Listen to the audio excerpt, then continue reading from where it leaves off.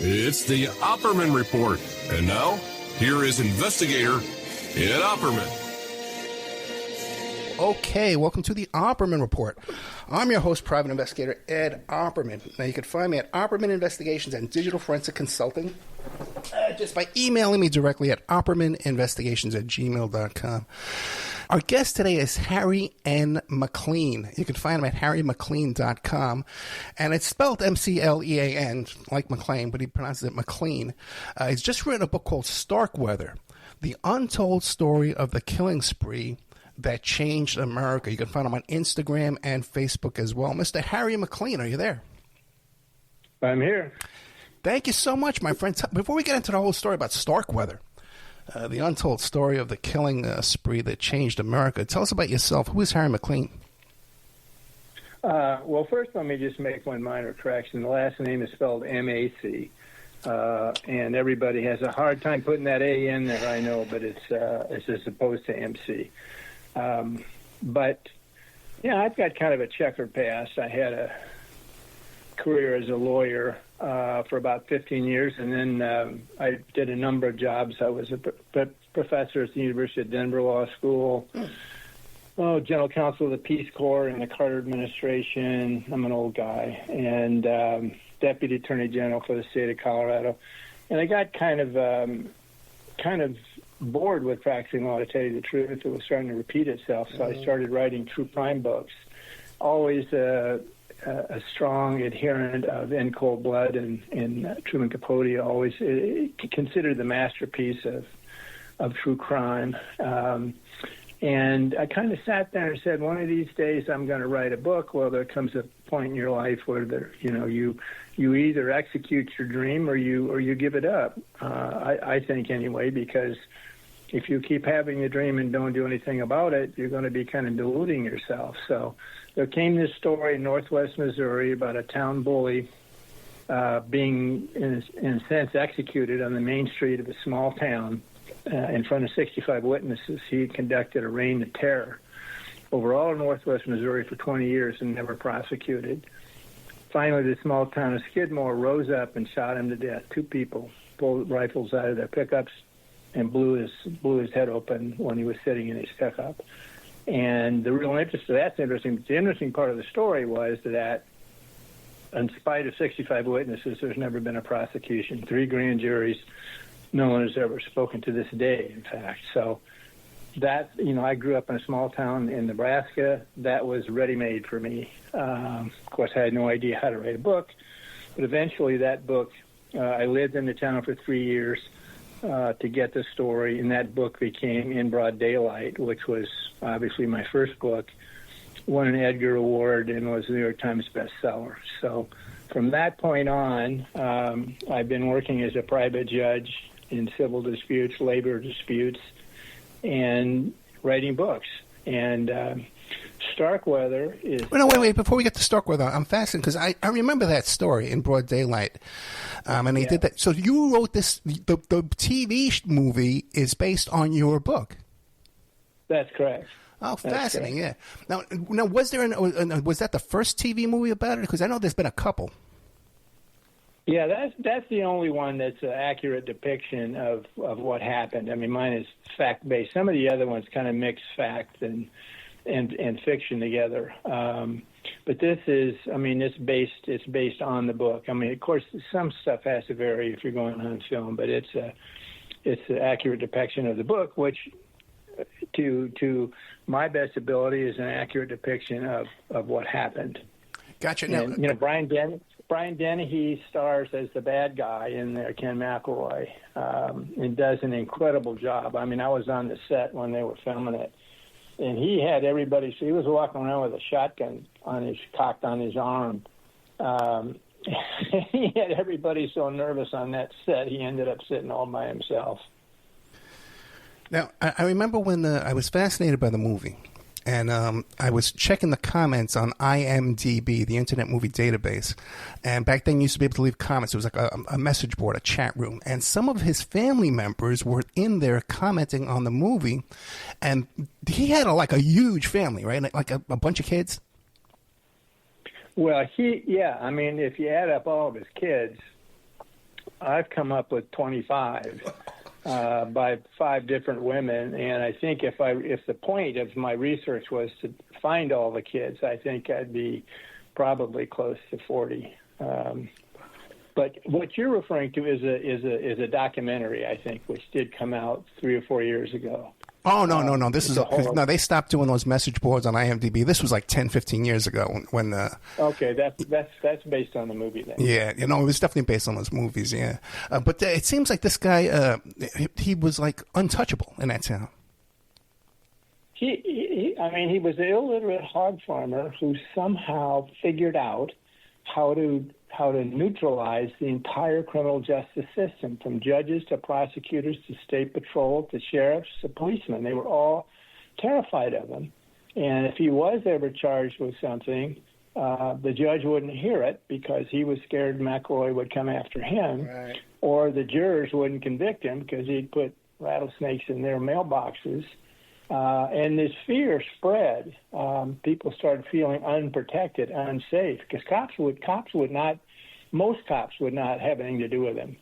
One cop, state patrolman, did. He's kind of the hero of the story, but he had that town basically immobilized in fear. They were scared to go out of their house. The streets would clear by 5 o'clock in the afternoon, wow. And that's when the shooting came to be. Now, was there any retaliation from his friends and family for the shooting?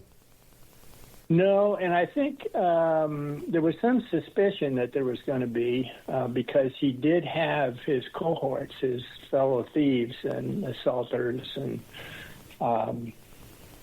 just general bad characters. But they stayed underground. I think they were, they had lost their hero at that point. And without him, they didn't have the courage or guts to come down and face people down. And you yourself, Harry MacLean, you went and you lived there for 3 years. Were you ever nervous? Oh, I was nervous as hell when I got there because I knew small towns. Yeah. And I also knew that these people were protecting murderers, the killers. Everybody knew who they were. I heard the names early on, and I never heard any other names. But until you could get somebody, a witness, to stand in front of a judge and say, I promise to tell the truth and identify him, you weren't going to get anywhere. So they were nervous. They thought I was a private detective or undercover FBI agent because the FBI did take the case on. They thought they could solve it, and they never did. They couldn't. But I got bit by a dog. I had a shotgun pulled on me. I had my tires slashed. In the beginning, it was rough going. But then I hooked up with a farm family. They took me in, and over the next 2 years, I really became a part of the community, and I still am. I go back there every summer to see the people that I became so close to. Now, how much time elapsed from the time of the killing and that you went down there and started working on the story?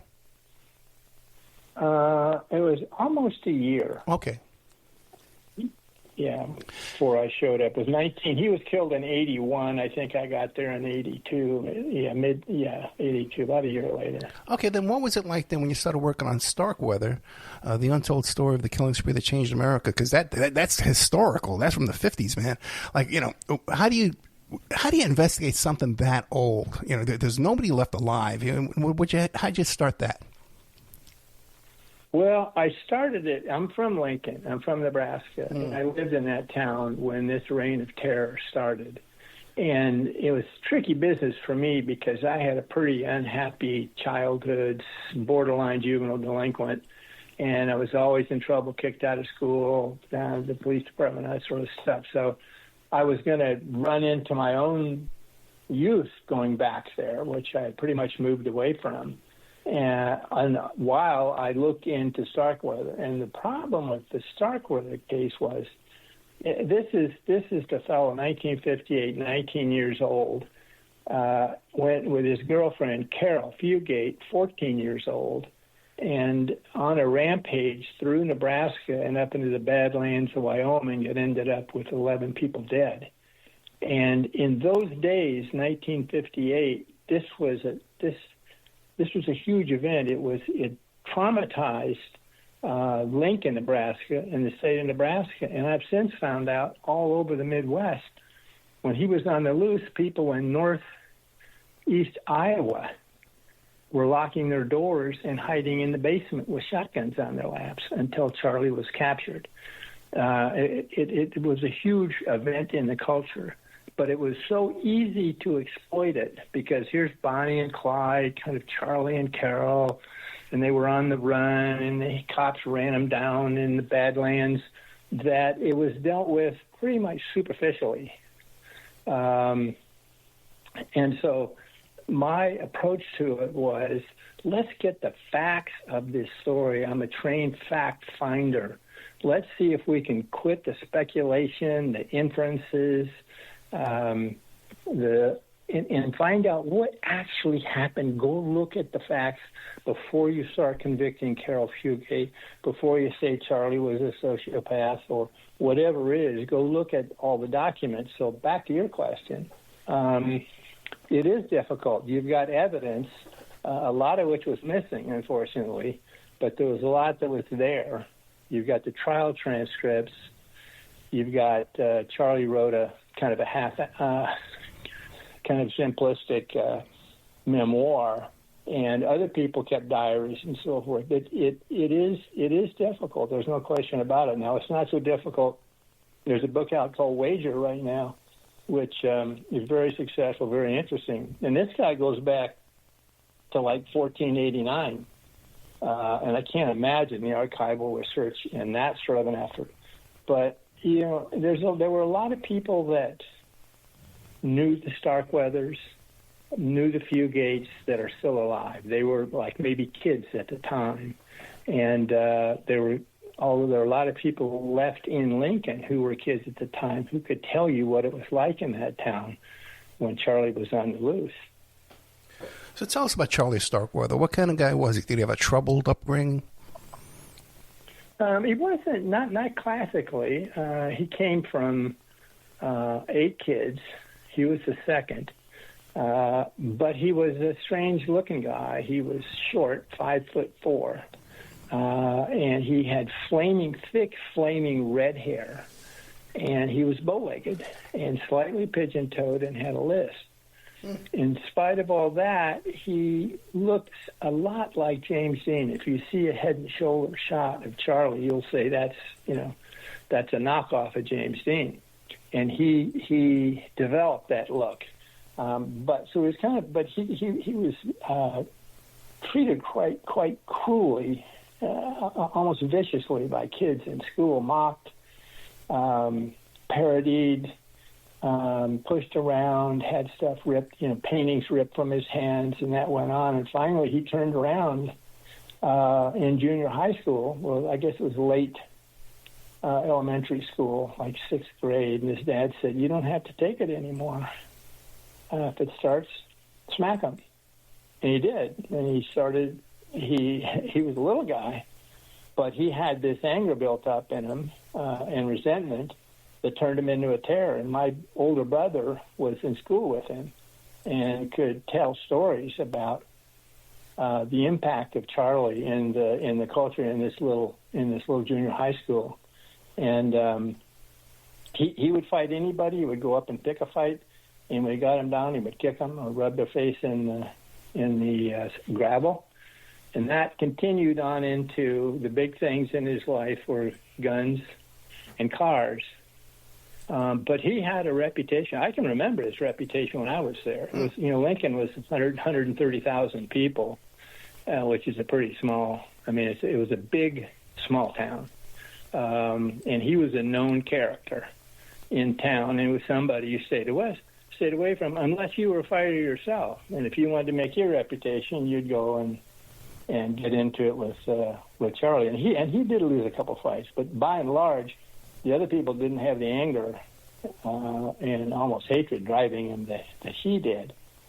This eventually, I'm sorry, go ahead. No, yeah. Then what about his relationship with this Caril Fugate? Because she was a little kid, was this accepted, condoned by the families, by the neighborhood and stuff? Well, she was just turned 13 when he met her. She basically was 12. I can't quite nail it down, but it was the end of her 12th year. And Charlie at that point was 17. Caril came from a very rough childhood. Her dad was a vicious drunk who beat her mother, and he also was a convicted pedophile. Oh, really? Never held a job. They're moved around all the time. Very insecure, very uncertain existence for her. So Charlie comes along and says, you're my sweetheart. You're the most important thing in my life. And she attaches to him, much to her disadvantage, as it turns out. That was the moment that controlled the rest of her life. This is portrayed in that movie Badlands with the Martin Sheen and Sissy Spacek, which is a great Terrence Malick movie. It is a great movie, man. But how accurate is that movie? It's not accurate. I mean, some of the things are quite similar. You can tell where he got the ideas from and where these two characters come from. But the actual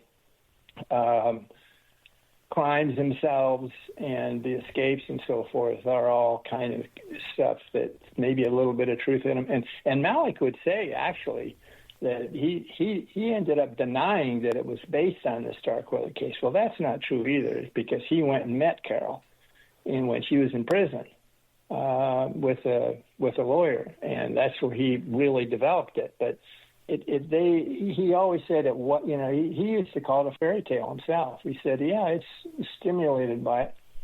But, the movie that's just as close in terms of characters is Natural Born Killer, which also was based on the Starkweather Fugate case. Now, one thing you don't see in either of those films is the murder of her little sister, her little 2-year-old sister. Yeah, I mean, it started when Charlie killed her mother, her stepfather, and her little sister. Yeah. And the question, and I won't go into it in too much depth, but the question of her guilt or innocence turns on the fact of whether she was there when Charlie killed her family or not. If she came home from school at 4, if her parents were already dead, which is what Charlie told her, Charlie said, I have them stashed away and I'm going to kill them if you try and run. If she knew that her parents were dead, then she couldn't be the hostage, which she later claimed. And one of the things that makes it so hard to believe that she was there and watched Charlie kill her family was that she was really close and loved this little girl. And the idea that, Charlie threw a knife into her neck and killed the little girl. Well, actually, he hit her in the head with the butt of a gun, too. In fact, if she could have survived that and stayed with him voluntarily, it's just really, really hard to believe. Okay, but isn't it my understanding, though, that they lived with those dead bodies for a few days? Yeah, they lived there for 6 days. Yeah. And she said, yeah, and they're frozen. It's the great Nebraska winter. It's just right about now, 66 years ago, January, and they're out in a couple of outbuildings in the back. And Charlie cleaned up the house, so she says, that she didn't see any sign of the murders. And if you believe her hostage theory, then that's the road to her innocence. If you don't believe it, you believe she was there and witnessed it, then she is clearly complicit in the crimes, and she understood what was happening. But the cops came to the house and they never looked in the outbuildings. They never found these bodies. They never found them. Actually, a couple of Charlie's relatives went out there looking for him, and they found the bodies in the back. And that's when everybody realized, my God, there's this monster on the loose. Yeah, that's right. They never even would have known, right? If another month could have went by, or 2 months even. Yeah. Now, when the cops examined the house, though, when they investigated the crime scene, quote unquote, for 58, it's a different story back in those days. But did they see signs of a crime taking place inside the home? What happened was Caril's grandmother came out. A lot of people had gone to the house over the 6 days that they were living in there, and Caril sent them away, saying everybody had the flu. Finally, her grandmother came out. Caril wouldn't let her in. She said, I'm coming back with the cops, coming back with a warrant. So Charlie and Caril leave the house then. They flee. The cops come in, and they miss all sorts of evidence. They miss blood stain. They miss shells on the floor. They miss a sawed-off barrel of a shotgun. Okay. There's knife holes in the wall, all sorts of evidence. And they they still didn't believe anything was wrong. They were just trying to get rid of the grandmother. And it was 5 yards away, 10 yards away were these outbuildings. If they had looked in there and seen the bodies, they probably had a good chance of catching Charlie before he killed the next 8 people. And then Caril Fugate, okay, she's 13, 14 years old, but she must too. She's living there for 6 days. She must have seen this blood, and plus no one's going out there with food for the baby and stuff. You know what I mean? Yeah, I mean it's she wasn't looking for it, and Charlie had cleaned the house up, but the cops weren't looking. It wasn't blood splatter. Right. He was using a 22, so it wasn't like at that point he wasn't blowing people's heads off with a shotgun, and he did clean it up. But if you look closely, and I've seen photographs of it, you can see it on the door frame, but there's not a lot of splatter there, so you can kind of see why she might not pick up on it, but the cops should have. And the car was in the driveway, and they kept saying, well, the people had just left, Well, they've only got one car. She lived in a poor area town. That didn't arouse their curiosity enough to go look in the outbuildings and find the bodies. Yeah, I mean, just think, here she is, grew up with this pedophile, like you said, this horrible home life to begin with. Kid never had a chance, man, So what about the rest of the murders? Were any of those people survive and say, hey, she was in on it, she wasn't in on it? No, they went on then to a farmhouse in a little town of Bennet, about 20 miles south of Lincoln. Friend of Charlie's, he wanted his car, he wanted his guns, and he wanted his money, so he blew his head off with a shotgun. And if Caril was not there when Charlie killed her parents, that was the first time she saw what he was like and who he really was. From there, that night, their car got stuck. 2 teenagers picked him up. Charlie shot both of those people to death and dumped them in the cellar. They went on back to Lincoln. Then that night, the next day, they went into the house of one of the wealthiest prominent family in Lincoln and killed the wife, the husband, and the maid. All this time, the cops are at least one crime scene behind him. Sometimes they were 2 crime scenes behind him. They would find the bodies, and they'd say, oh, he's in Bennet. Let's get him here. We'll go through all the barn buildings. And by that time, he was in Lincoln killing people. When they go to Lincoln, say, oh, he's in Lincoln now. We're going to surround the whole city and catch him, By that time, he's out in Nebraska and he's in Wyoming killing people. So if it wasn't so terrible, it's almost farcical the way the cops could not. And the thing was, no one ever saw him. This whole rage, this whole crime spree, Charlie was never seen by anybody anywhere. They just found the bodies. And now what about Harry MacLean and your family and your brother? Were you guys watching the TV every night and on the radio, looking out your windows? Is this guy coming our way? Yeah, well, that's the other key part. It was Dragnet, It was kind of I Love Lucy sort of stuff was on there. Ability for the national networks in New York to hook up with their affiliates in Lincoln and get stuff live. So people in Lincoln were sitting in their living room watching Charlie and Caril come out of the courthouse. They were watching them arrive at the prison. So your killers were in your living room, and this marriage or mixture of television and violence, this is what set it off. This is what showed how popular, how powerful that mixture could be. And it's part of the theory in my book that this opens the door to a lot of the mass murders that take place later. Speck, Whitman, all those guys are kind of derivative in a way of Starkweather and Fugate. Oh yeah, just watching that every night on TV, like the national trauma, would have to inspire, more horrendous even the killing sprees.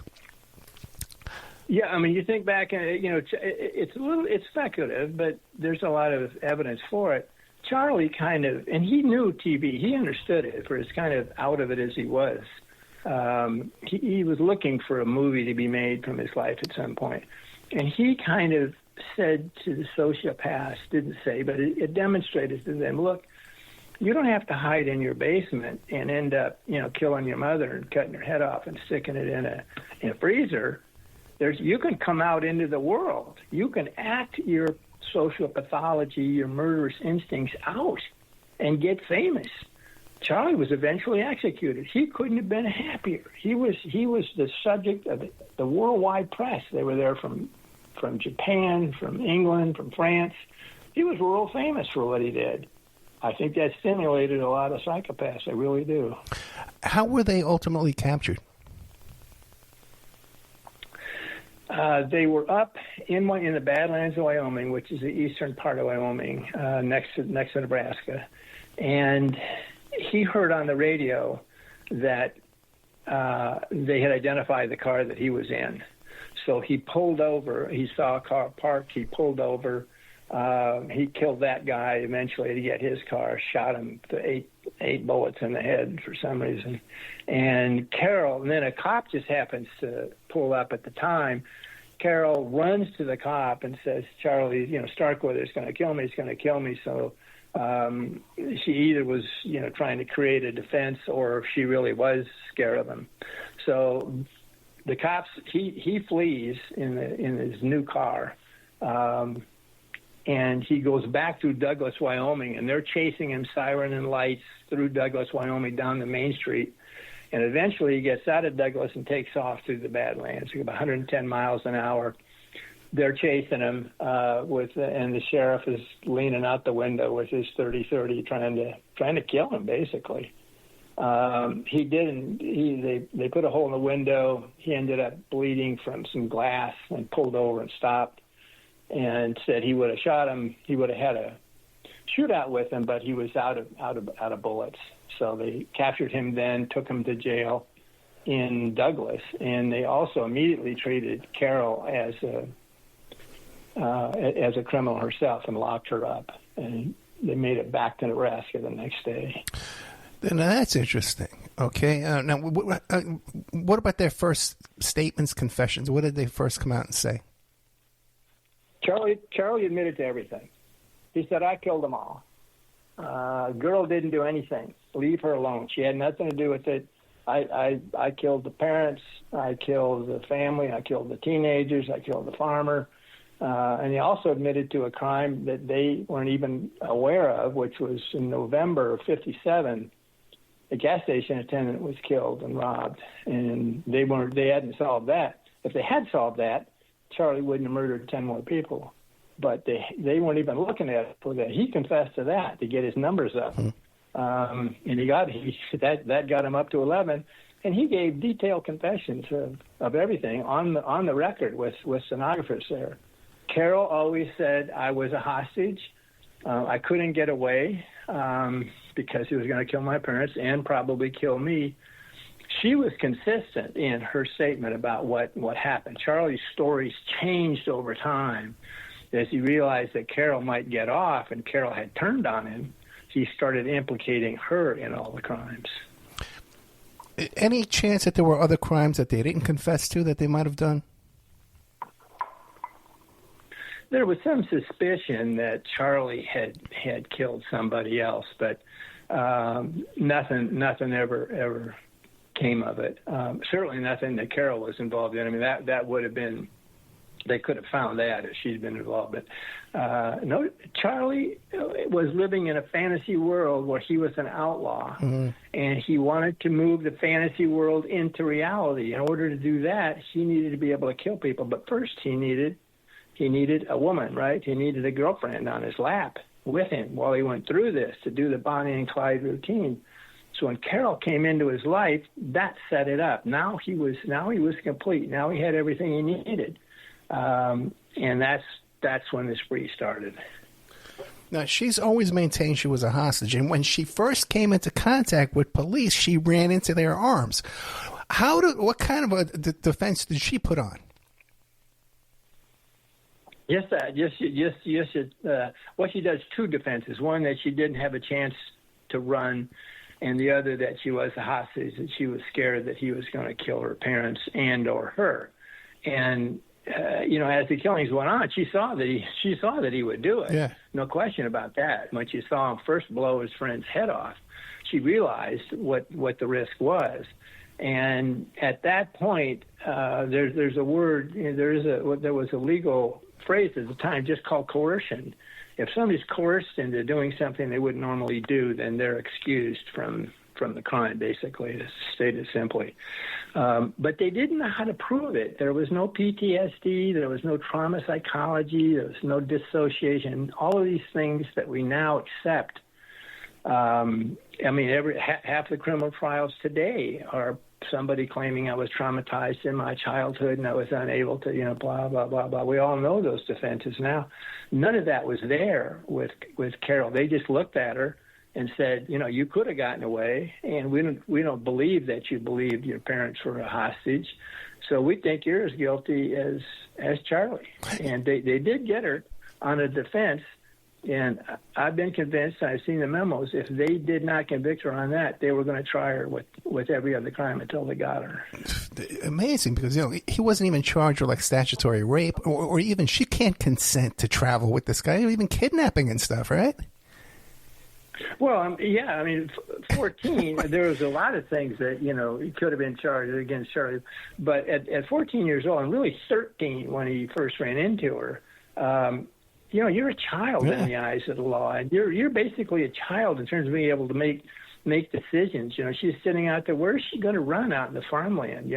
Well, you could have run after he killed her. Yeah, at 14, she's going to take off in the middle of the night into the farmland and run away from somebody who's got a shotgun. I mean, you don't think like that at 13, 14 years old. You don't see the consequences. That's all been proven now, particularly, now they're showing that the prefrontal part of the brain doesn't really hook up. It's still hooking up into your early mid-20s. For a long time, it was like 18, 19. Now they're showing 20. So at 13, she wasn't wired right to deal with Charlie Starkweather. No, 13 years old, 8th grade or even a freshman, you raise your hand to go to the bathroom. You know what I mean? You ask for permission. That's right. So, yeah, may I please be excused? And it's still, it's just, exactly what was going on. Now, what examples was the prosecution given that she could have gotten away? The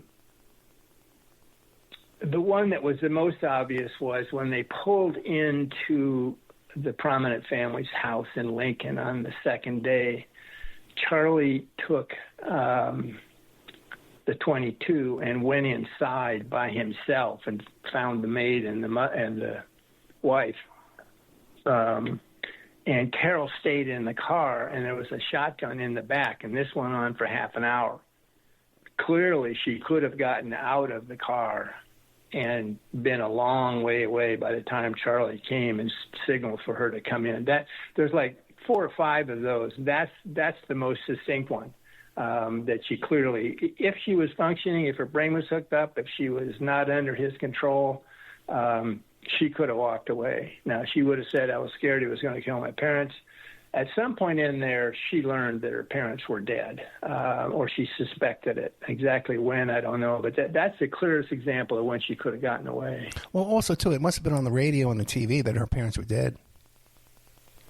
Yeah, Charlie kept the radio off, but they did get newspapers that came to that house that day, and she saw pictures of her parents and her little sister on the front page. And she would later say that she thought they might be an article on the fact that they were missing, that they, which they were under her theory, and that's why they were on there. Now, right around in there, I'm pretty sure that she, at whatever her cognitive level was to understand things, was aware that her parents were no longer alive. Not something she could have verbalized, but some level of understanding of what had happened to him. Okay, so now he pleads guilty. He gets a death penalty right away. Like a year later, they're already got this guy in the chair. Weren't wasting any time back in those days, that's for sure. But she goes to trial? Yeah, well, Charlie went to trial, too. His lawyers forced a plea of insanity. Okay. and they just charged him with one of the 11 murders. And he tried to talk him out of it. He said, "Look, nobody remembers the dead man. Nobody remembers a crazy man. I'm going to stand on it." Of course, they had all of his confessions, so that was like, so they put psychiatrists on there who said he was insane. He got up and testified, "No, I'm not insane. I knew exactly what I was doing." And they convicted him of this one charge, and that was in March. They executed him 15 months later. A bunch of kind of ritualistic appeals. He never really had a chance because he had confessed to everything. Caril went to trial, and she didn't have a chance either. And it was for a lot of reasons. One is that they charged her with the one crime that was probably easiest to prove, but the whole system, the whole culture was rigged against Caril. I don't mean rigged intentionally, was set against her to convict everybody, from the governor to the attorney general to the cops to the newspaper people to the teachers in a local school believed Caril was guilty of murder. And why that is so is a whole nother question, which I spent some time on in the book, trying to figure out why that whole deck was stacked against her.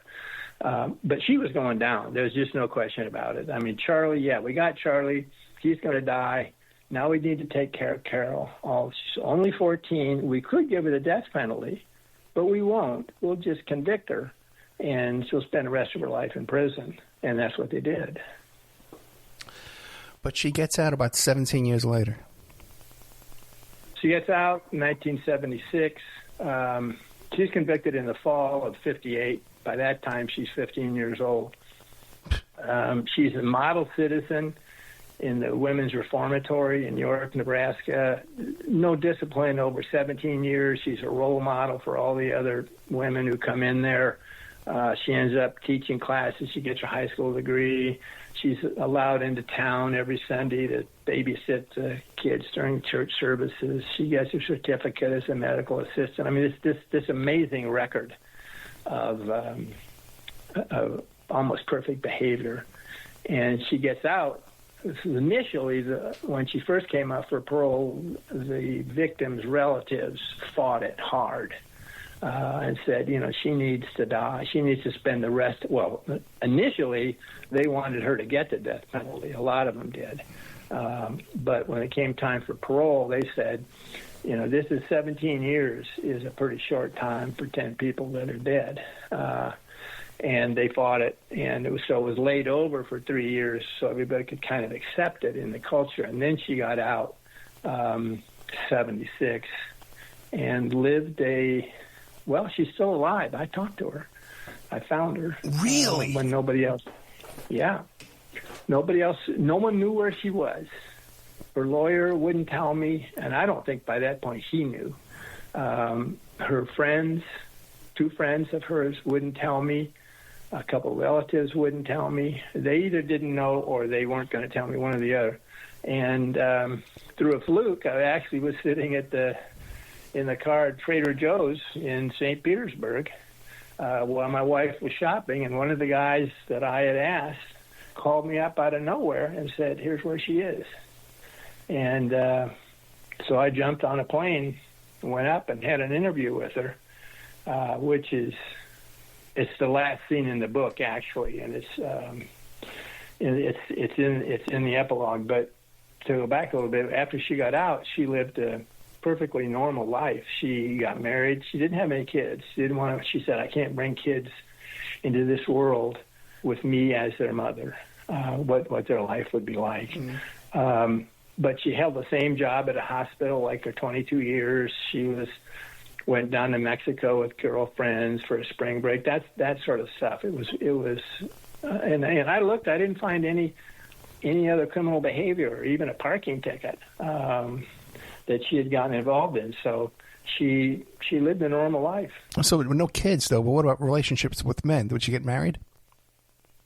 She had a bad relationship for 10 years, and then she got out of that. She met a nice guy They got married, and then they were married like 6 or 7 years, and then she had a stroke. And then they were in a car accident where he was killed in the car accident. So, and she got her body pretty mangled up from that. So she never totally recovered from the stroke and the car accident. So when you interviewed her, what did she say, first of all, about knowing about her parents or her little sister being dead? Did you confront her on that? That's the first thing I would ask.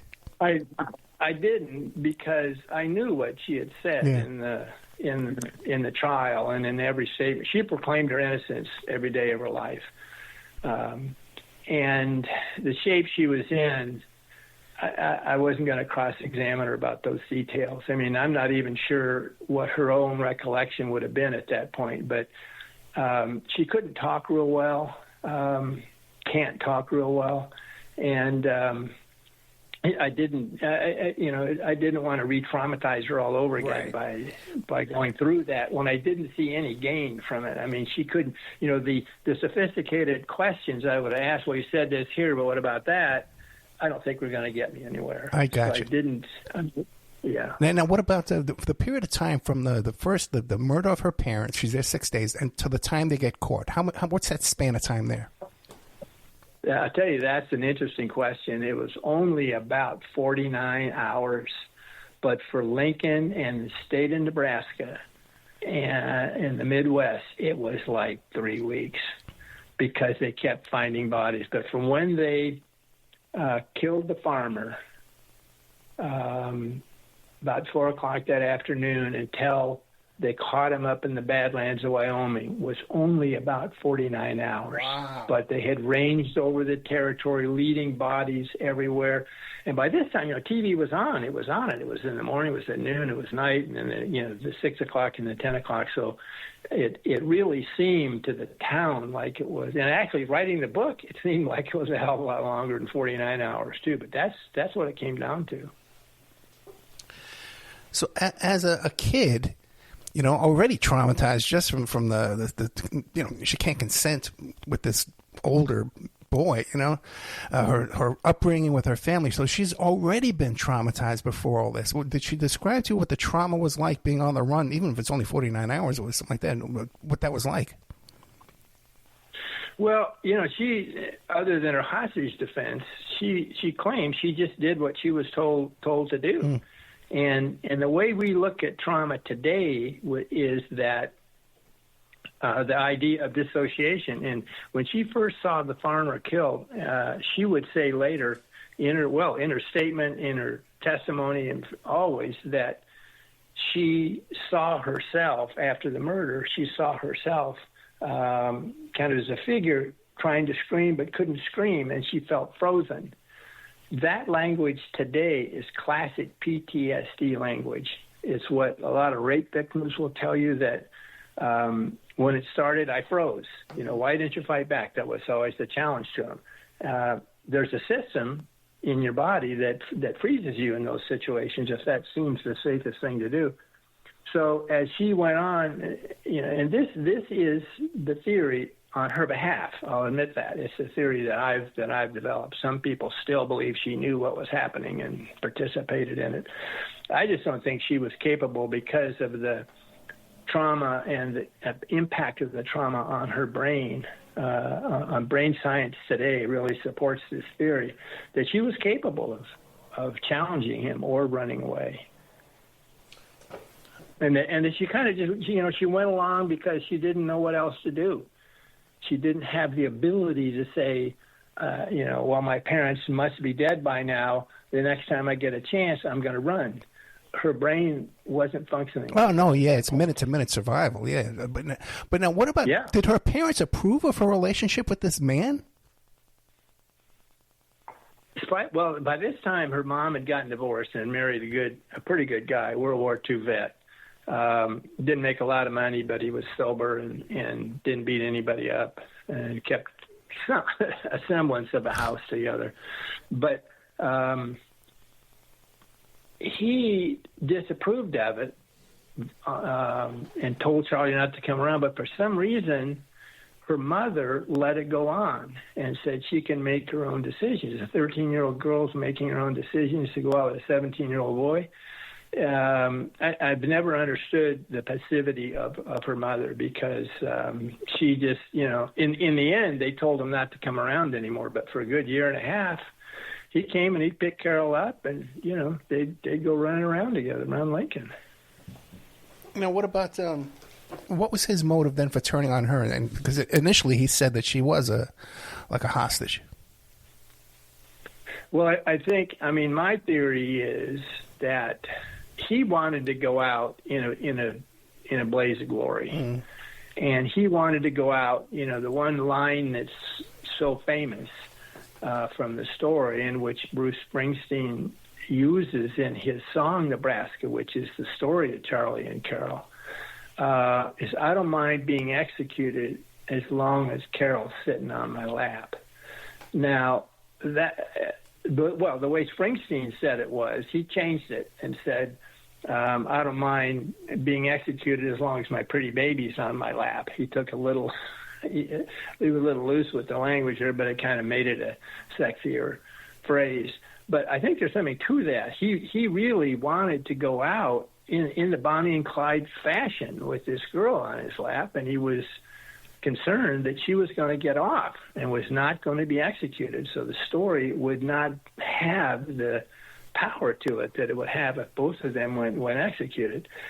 The other version is that once he saw her turn on him and say he did it, then his protectiveness of her dropped away, and he said, no. But he was accusing her of stuff which he clearly did not do. There's just no support for it, and he accused her of stabbing the maid to death at the Ward House in Lincoln, and all sorts of. He actually accused her at one point of murdering her little sister too. Mm-hmm. So none of his stories are credible about her involvement. Yeah, it's interesting. In the Terrence Malick movie, Sissy Spacek is quoted as saying that he was the most trigger-happy person she ever saw. But in real life, that was his quote about her. That's right. And when he was nailing her for shooting killing the traveling salesman up in Wyoming, Merle Collison, he said he told her to bring the gun over because he needed the .22 in their car to finish Collison off. And he said, well, she came over, but she finished him off herself. She just sat there and pumped 8 bullets into him herself. She was the most trigger happy person I ever saw. That's what he said. It's absolutely just not believable. We're almost out of time. Any questions about this story here, the Starkweather, the untold story of the killing spree that changed America? Anything I haven't asked you really want the audience to know? No, I think we've kind of covered it. The other thing that I try and do in the book is give the reader the feel of America in 1958. Place is absolutely critical in this story. It's critical in most true crime stories, but it's really critical here, place and time. And so for somebody to understand really the impact, you have to go back and say, okay, it's 1958. Elvis is threatening the morality of the country, right? They'll put him on Ed Sullivan as long as they don't show from his waist down. That's where the country was. And so that's important, so that when the trauma hits, that's the culture that it's hitting. And I guess the other thing is how primitive the criminal justice system was at that point. There was no crime tape. People were going into the crime scene in the house and taking pictures of what they saw. Caril was never handcuffed, ever. And, Charlie was smoking all the time. He and the sheriff were sitting there having cigarettes together, and photographers were allowed into the jail. They took pictures of Charlie in his cell. All sorts of stuff could have happened, but it really was a different time period. It was simpler, and it was pretty primitive, particularly when it came to dealing with girls, juvenile girls. They had no way to deal with her. When they captured her, they put her in a mental hospital because they didn't have a facility for her. She sat in that mental hospital for 8 months. no treatment before she came to trial. So that sense of long ago, it was a challenge to write, but it's important for the reader to feel that in all the different aspects. I tell you, it's amazing any of us survived all that. It's like we're being raised by wolves, We would have been better off raised by wolves. I've got a minute left. What are you going to work on next? I'm just relaxing from this one. It took me a while to get over the process of writing. It was very intense. Oh, I can imagine. Okay, the book we're talking about today is Starkweather, the untold story of the killing spree that changed America. The guest is Harry N. MacLean, and you can find him at harrymaclean.com. He's on Facebook and Instagram, too, as well, Harry MacLean. And many other books, too, here as well under the authorship of Harry MacLean. The story behind the broad daylight, Once Upon a Time, a true story of memory, murder, and the law. So great stuff here from Harry MacLean. I'm looking forward to the next thing you write there, my friend. Thanks. I'll be in touch with you. Thank you, sir. Good night. I'll let you know. Good night.